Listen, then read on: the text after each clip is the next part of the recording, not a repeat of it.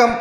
8 ஆண்டுகள் சிறை தண்டனை. ஏவா வேலு அவர்கள் சிறையில் அடைக்கப்படுகிறாரா? வெளியான தகவலால் பரபரப்பு. நண்பர்களே, இந்த வீடியோவிற்கு ஒரே ஒரு லைக் மற்றும் சப்ஸ்கிரைப் பண்ணிருங்க.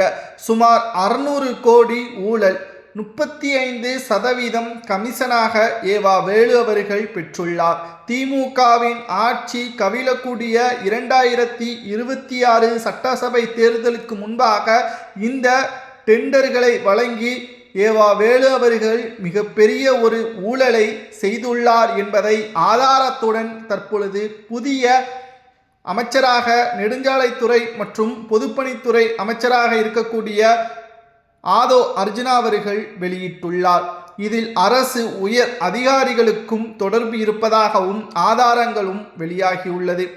600 கோடி ஊழல். அமைச்சர் ஏவா வேலு அவர்கள் மிகப்பெரிய அளவில் சிக்கி கொண்டுள்ளார். ஒப்பந்ததாரர்களிடம் கொடுத்த 35% கமிஷன், லஞ்சம் பேய் பிடித்தாடும் நெடுஞ்சாலைத்துறை என்று சமூக வலைதளங்களில் ஏவா வேலு அவர்கள் சிறையில் அடைக்கப்பட வேண்டும், அவரது சொத்துக்கள் முழுவதுமாக அரசு கஜானாவில் சேர்க்கப்பட வேண்டும், அந்த பணத்தை அரசு மருத்துவமனையில் ஒட்டுமொத்தமான வளர்ச்சிக்கும் சுகாதாரத்திற்கும் பயன்படுத்த வேண்டும் என்பதை மக்கள் சமூக வலைதளங்களில் பதிவுகளை மேற்கொண்டு வருகிறார்கள். போடாத சாலைக்கு கிட்டத்தட்ட 130 கோடி கணக்கு காட்டியுள்ளார் ஏவா வேலு அவர்கள். ஏவா வேலு அவர்களது வீட்டில் கிட்டத்தட்ட காலை 6:30 மணி முதல் இரவு 9:30 மணி வரை சோதனைகள் நடத்தப்பட்டது.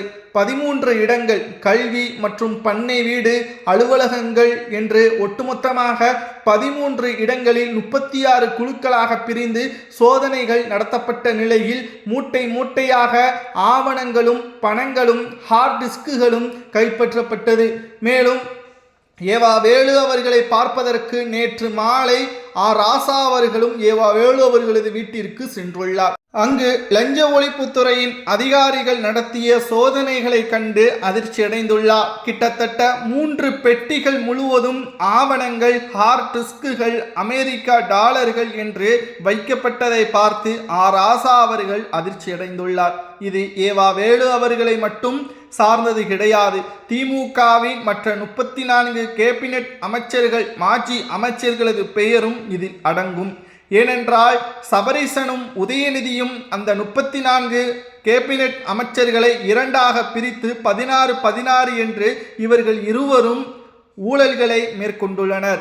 இதனால்தான் திமுக கொடிகட்டி பறந்தது ஊழலில் என்று அமைச்சர் ஆதோ அர்ஜுனா அவர்கள் தற்பொழுது தெரியப்படுத்தியுள்ளார்.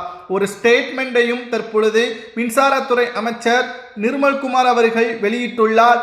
திமுகவிற்கு பார்ட்டி ஃபண்ட் கட்டாயப்படுத்தி பெறப்பட்ட நிறுவனங்கள் அனைவரும் எங்களுக்கு ஒட்டுமொத்தமான புகார் அளிக்கலாம். உங்களது புகார்களை நாங்கள் நிச்சயமாக ஏற்றுக்கொள்வோம், அவர்கள் மீது நடவடிக்கை எடுப்போம் என்பதையும் சிடி நிர்மல்குமார் அவர்கள் தெரியப்படுத்தியுள்ளதால் பார்ட்டி ஃபண்ட் என்பதை கட்டாயமாக நீங்கள் கொடுத்தே ஆக வேண்டும் என்று திமுக கூறிய அனைத்து நிறுவனங்களும் தற்பொழுது வழக்கு பதிவு செய்தால் திமுக கூண்டோடு ஆலமரம் சரிந்தது போல திமுக வருகின்ற தேர்தலில் ஒரு இடங்களை கூட கைப்பற்றாது.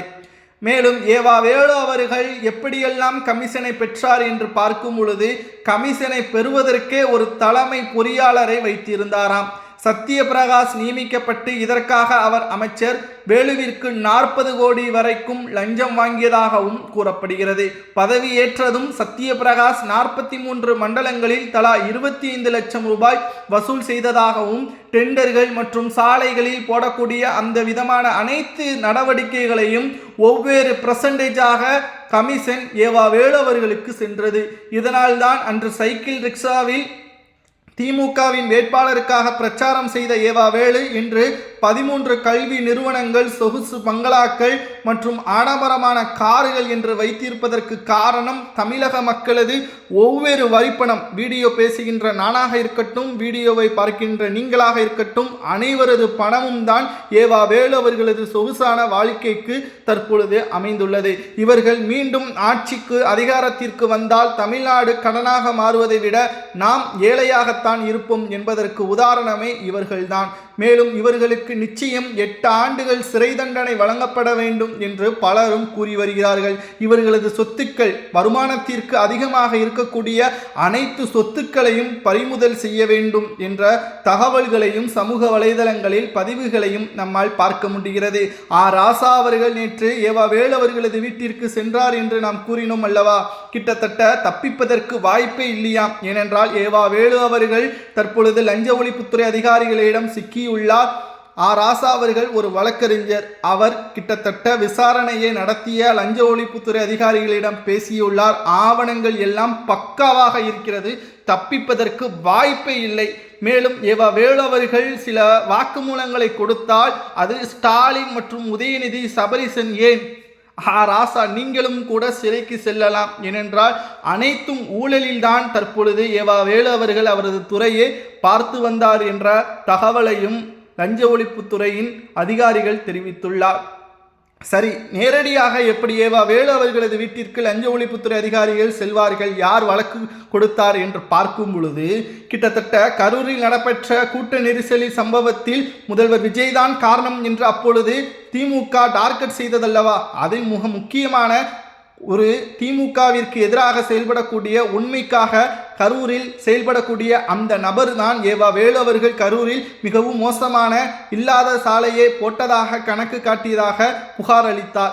அந்த புகார் கிட்டத்தட்ட திமுகவின் ஆட்சியிலேயே பெண்டிங்கில் இருந்தது. புதிதாக நியமிக்கப்பட்ட அருண் IPS அதிகாரி திமுகவின் மிகவும் முக்கியமான விசுவாசி.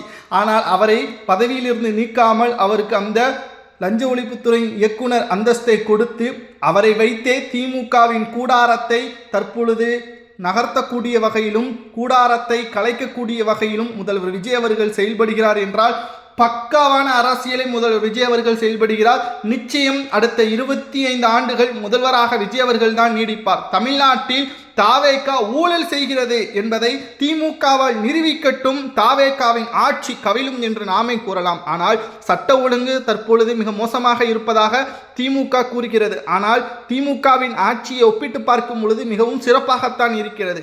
திமுகவின் ஆட்சியில் ஊழல், தாவேகாவின் ஆட்சியில் 0 ஊழல் என்பதையும் நம்மால் பார்க்க முடிகிறது. திராவிட முன்னேற்ற கழகத்தின் இருந்த மாஜி அமைச்சர்கள் ஒவ்வொருவரும் தற்பொழுது எப்ப வேண்டுமானாலும் லஞ்ச ஒழிப்புத்துறை அதிகாரிகள் விசாரணைக்கு வருவார்கள் என்ற காரணத்தினால் பயத்திலேயே இருக்கிறார்கள். ஒரு மாஜி அமைச்சரது வீட்டில் லஞ்ச ஒழிப்புத்துறை அதிகாரிகள் நேரடியாக விசாரணையோ சோதனையோ நடத்த முடியாது.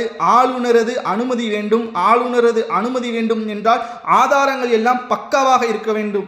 முதல்வர் விஜய் அவர்கள் ஏவா வேலு அவர்களுக்கு எதிரான ஆவணங்களையும் ஆதாரத்தையும் ஆளுநரிடம் சமர்ப்பித்த பிறகுதான் இந்த சோதனை நடந்துள்ளது என்றால் நிச்சயம் ஏவா வேலு அவர்களுக்கு 8 ஆண்டுகள் சிறை தண்டனை போதுமா அல்லது எத்தனை ஆண்டுகள் சிறை தண்டனை கொடுக்கலாம் என்பதை மட்டும் மறக்காமல் உங்களது கருத்துக்களை கூறுங்கள்.